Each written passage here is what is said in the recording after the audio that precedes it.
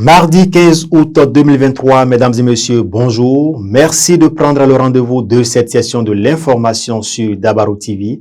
Dans les titres de ce journal, l'annonce de l'intervention militaire de la CEDEAO au Niger, en cas d'échec des négociations actuellement en cours pour le rétablissement du président Mohamed Bazoum, entraîne de vives réactions au sein de l'opinion publique. Des citoyens paraquois se sont prononcés face à la volonté du chef de l'État Patrice Talon de l'intervention de l'armée béninoise au Niger, à suivre dans cette édition. Et pendant ce temps, c'est la période des grandes vacances, mais des apprenants profitent également de ce temps de repos pour suivre justement des cours de renforcement dans les écoles, lycées et collèges de la place. Au lycée Mathieu de Parakou, ces cours de renforcement se déroulent sans grande difficulté. Constat à suivre dans ce journal. Semaine mondiale de l'allaitement maternel, on en parle encore. La fondation Ubin et Vinciane a initié et financé à cette occasion un atelier de sensibilisation et de renforcement des capacités des femmes sur l'allaitement maternel en Dali. Les objectifs sont à découvrir dans un instant.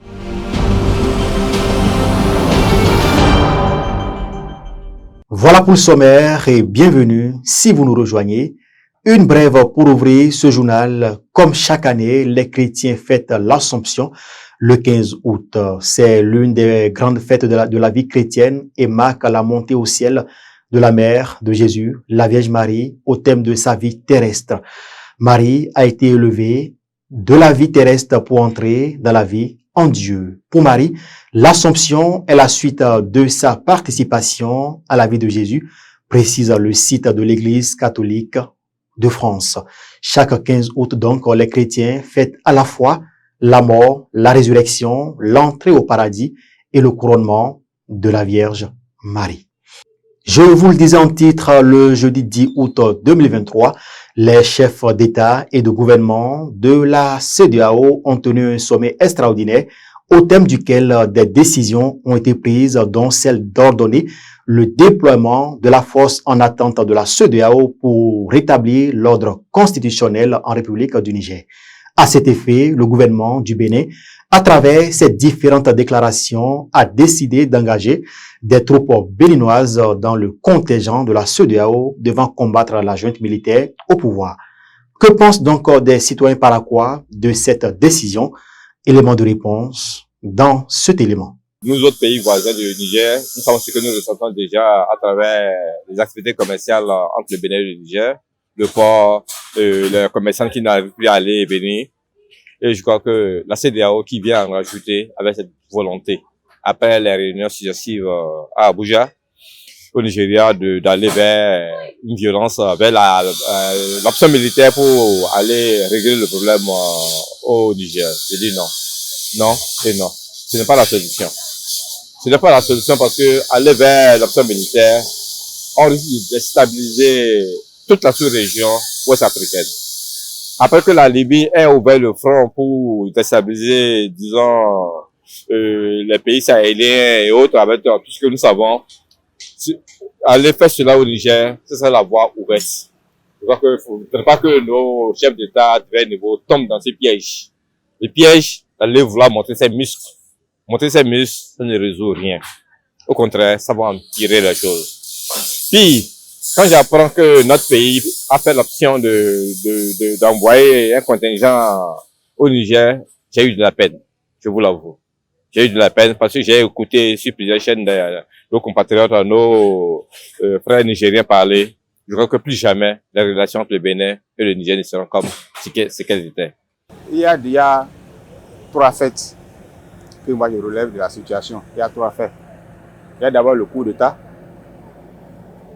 Et il y a la décision d'envoi des militaires pour rétablir l'ordre constitutionnel et l'approbation de notre chef d'État, le président Patrice Talon. Alors, par rapport au coup d'État, moi je condamne. Je n'ai jamais été pour un coup d'État, franchement. Je condamne le coup d'État. Puisque nous sommes en démocratie et tout doit se faire selon les règles de la démocratie, selon les principes de la démocratie. Ça, c'est la première des choses. Et je ne suis pas d'accord aussi pour l'intervention militaire au Niger parce qu'elle fera plus de dégâts que ce que nous craignons actuellement. Je ne suis pas d'accord pour une intervention militaire. Et par rapport à la décision de notre président, le président Patrice Talon, c'est une décision qui est conforme au principe de la CEDEAO. Moi, je ne peux pas blâmer le président Patrice Talon pour cette décision-là. Ce qu'il a pris comme décision, c'est conforme au principe de la CEDEAO. C'est de ça il s'agit. Il y a eu on a dit voie diplomatique. On a procédé, ça n'a pas marché. Il y a un deuxième cas. On a dit voie diplomatique, ça n'a pas marché. Voilà un troisième cas. Donc, parfois, il faut se mettre à la place des autres pour comprendre qu'à un moment donné, il faut lever le ton.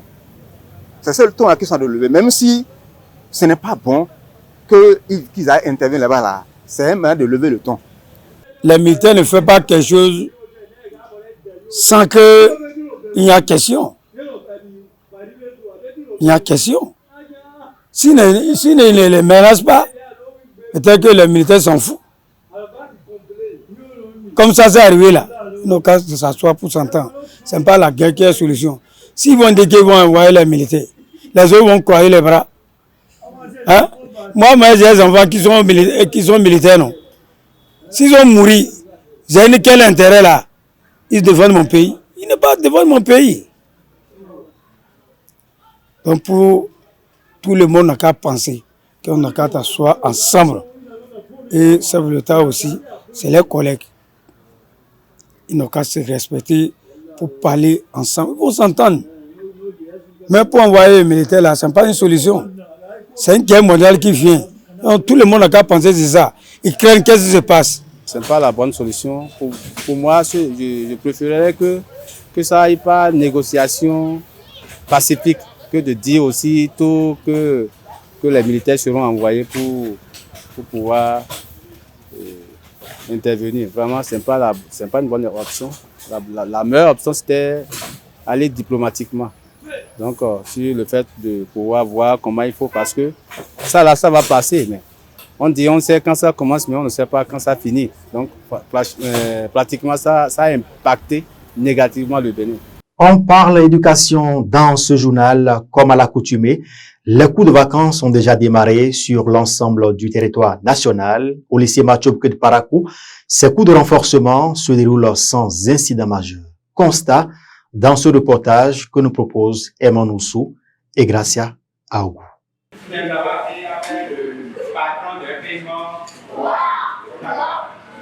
Aujourd'hui, nous allons apprendre à calculer les volumes de prisme. Nous sommes dans une classe de 4e au lycée Mathieu Bouquet de Parakou. Les activités pédagogiques battent leur plein. Tenez-vous tranquille, loin d'être les cours proprement dits de l'année scolaire 2023-2024, ce sont les cours de vacances. Démarrés le mercredi 3 août dernier, ces cours de vacances ont pour objectif. Nous organisons les cours de vacances dans l'intention de renforcer un peu la capacité de nos apprenants avant la reprise des classes. Les enfants qui n'ont pas encore le niveau requis, on essaie de les renforcer un peu. Et ceux qui ont les niveaux, on leur donne certaines notions qui vont leur permettre d'avoir une longueur d'avance sur les autres dès que la rentrée va commencer.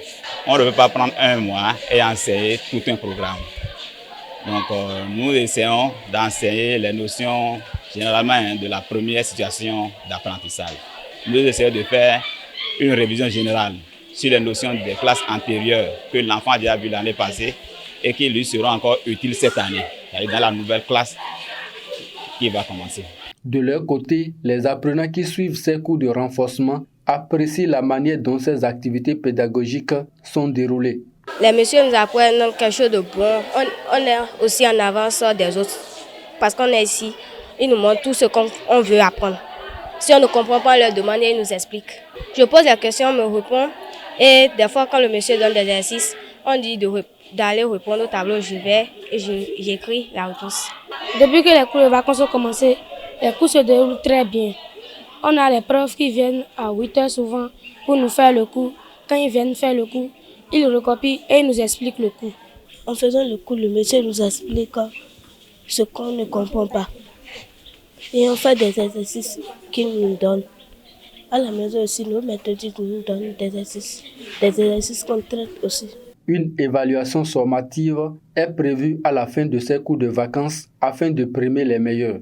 Au début, beaucoup négligeaient, mais on les a fait rappeler que ici au lycée Mathieu Bouquet, vers la fin des cours de vacances, nous faisons un test, nous les évaluons. Donc, comme les enfants savent qu'à la fin ils seraient évalués et les meilleurs vont recevoir des prix, ils sont en train de prendre au sérieux ce que nous faisons. Il faut préciser que les cours de vacances permettent également aux apprenants d'avoir une notion des situations d'apprentissage qui seront enseignées dès le début de la prochaine rentrée scolaire.